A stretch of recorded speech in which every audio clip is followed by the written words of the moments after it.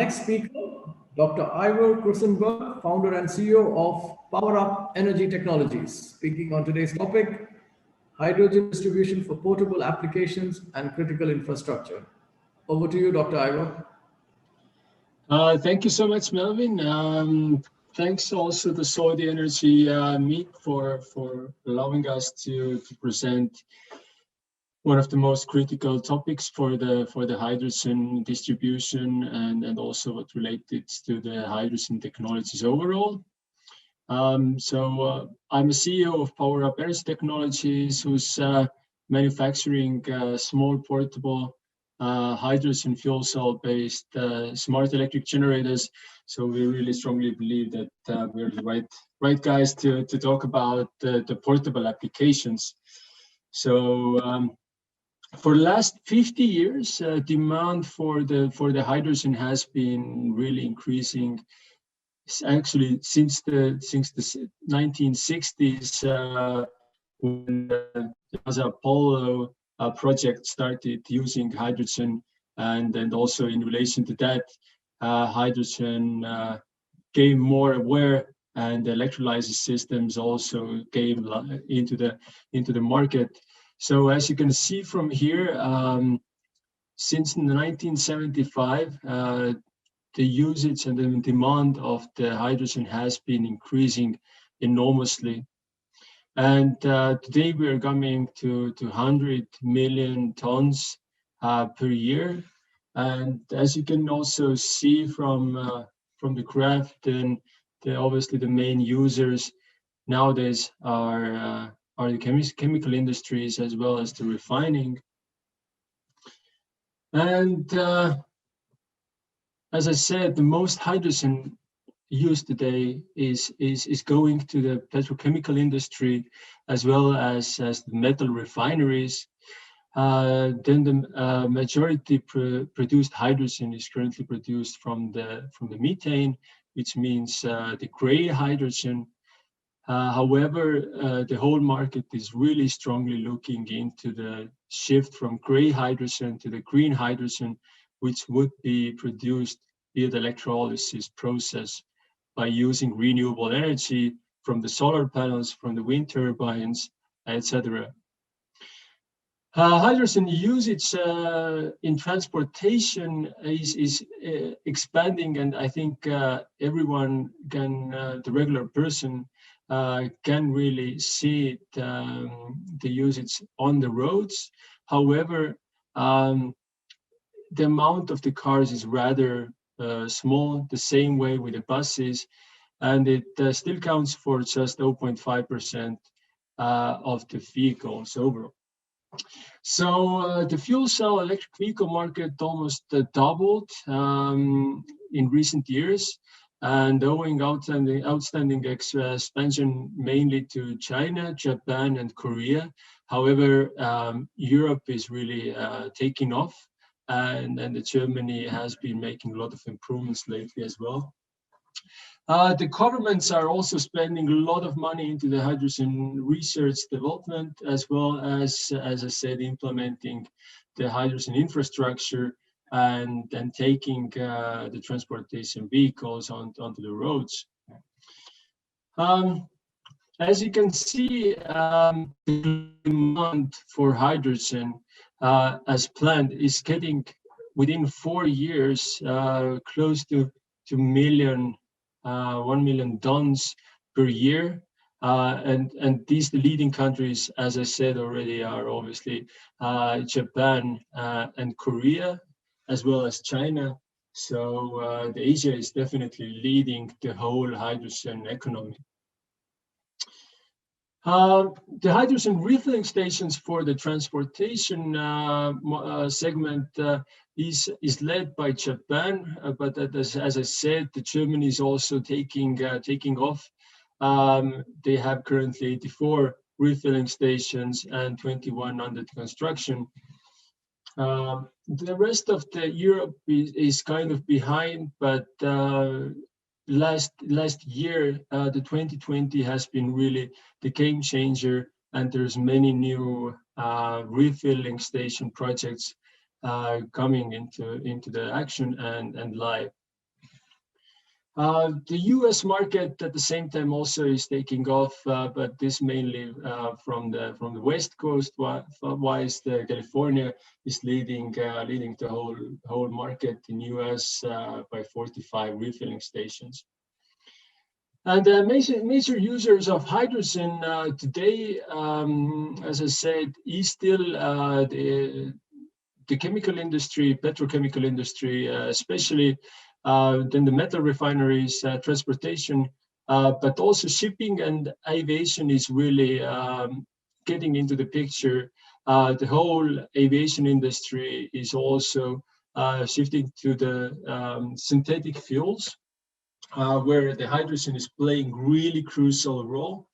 The same way with the shipping, which is planning to implement ammonia to run the ship engines. So also the building industries and the power generation, especially what it comes to the off-grid.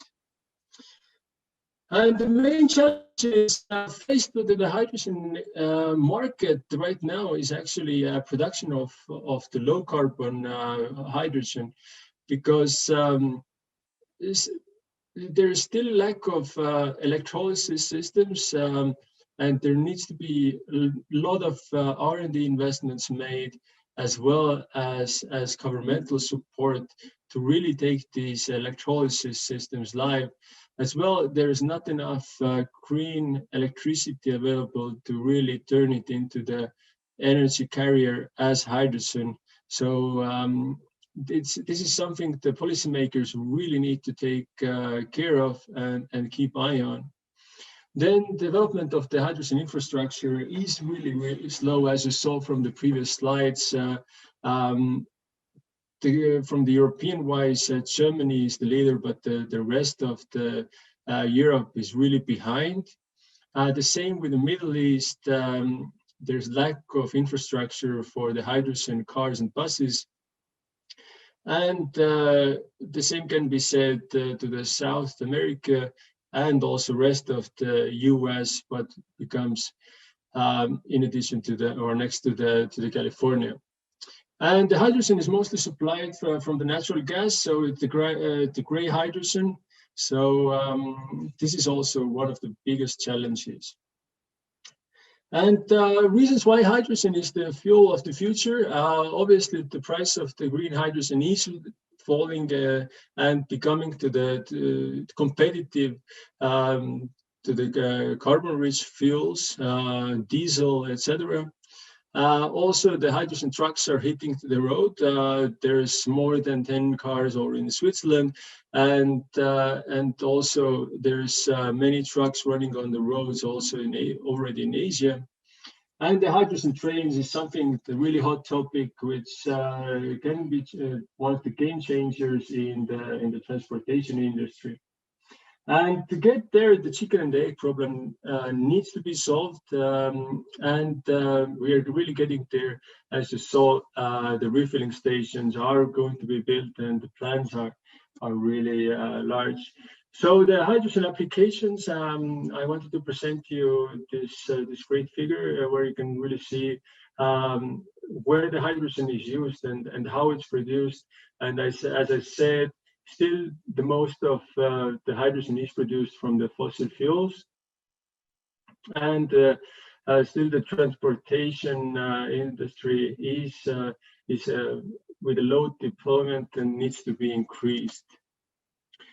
But how hydrogen really to the everyday use case, we have seen really the change of the many industries, including the drone industry, which is struggling with the heavy batteries and the low capacity of the batteries. So there's many use cases where the hydrogen actually can be already implemented and really easily, as the generators are there and can be used, the fuel cells are there, can be also implemented. So the recreational vehicle market, drone market, sailing boat market, etc., etc. There's many market segments where we can actually take today hydrogen into the use, and the technology is largely available. the same way, the construction industry, the backup generation of the electricity, the lights, etc., the refrigerated system market, the military application, and the most important telecommunication companies should be looking into more the hydrogen solutions, and by that we can more easily implement the hydrogen technology in the everyday life, and also bring hydrogen life. And the ammonia is one of the important topics, as many industries are planning to use ammonia as the energy carrier, and it's one of the easiest ways to also store the hydrogen. And Saudi Arabia is taking the lead.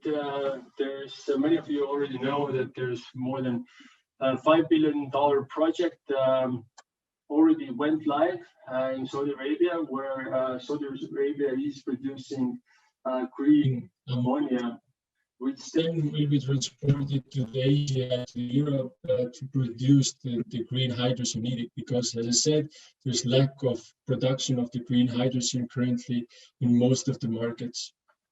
And by that, they are able to provide 650 tons of green hydrogen per day globally. And why now?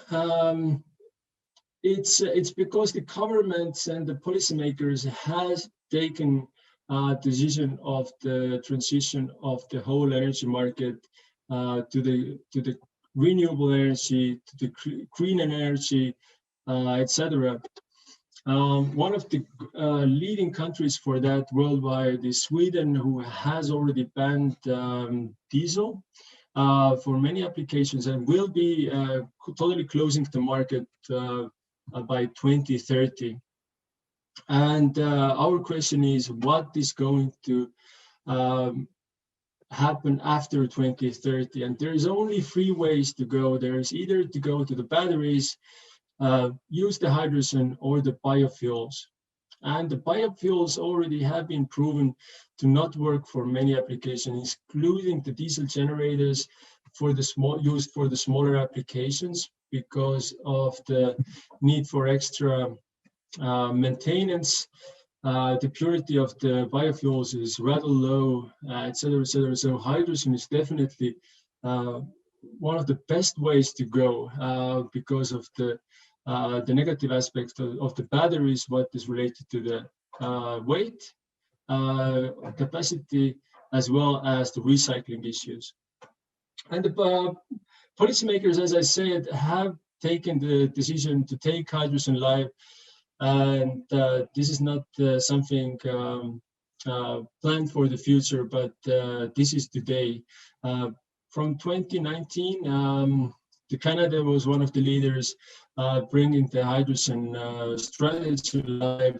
Then the second Hydrogen Energy ministerial meeting in Tokyo 2019, the 35 ministries from countries with their ministries were taking the decision of bringing more than 10 million cars onto the roads by 2029. And also the same way G20 in Osaka. And from there, a lot of countries have been implementing and focusing on taking the hydrogen economy roadmaps live and supporting the policy making, the regulations, etc. So Korea is one of the leaders, but the rest of the world has been really following them. Australia, who is one of the biggest hydrogen producers, planned for the next decade because of their availability of solar energy. The same way they're planning as the rest of the countries. The Germany using 10 gigawatts of the green energy to bring hydrogen to the German market, Austria, Saudi Arabia, so on. And to really summarizing it up, we need to focus really from the bigger applications to the smaller applications, not only focus to the trucks and trains, but also, as we have seen from the hydrogen strategies, to really increase the awareness of the hydrogen as a potential fuel, as the safe fuel. Then the smaller applications needs to be taken live, and also focus shift there. Then increase also the awareness among the people is one of the most critical things, because if we want to build the refilling stations, then into the cities, it's really important for the people to use the hydrogen technologies, and to make them buy the car, we need to first make them use it somewhere else in the smaller applications, as electric generators, for example. And then fighting the barriers. There's many barriers. The hydrogen is still not available in many countries, as well as there's lack of hydrogen infrastructure, even in the countries which have been announcing of having the infrastructure already implemented. So it's important really fight against these barriers, install more electrolysis systems, and also bring these small tanks, propane-looking tanks, into the market, into the rental businesses, etc., etc. So logistic and storage issues needs to be solved. So that's actually it from my side. So I'm happy to receive any questions or comments from you later on. So you can email me. Happy to answer to these. Thank you. Thank you, Dr. Ivor. If there are any questions, attendees, please do post it to us, and we will share it with Doctor. And Doctor, please do reply back to them.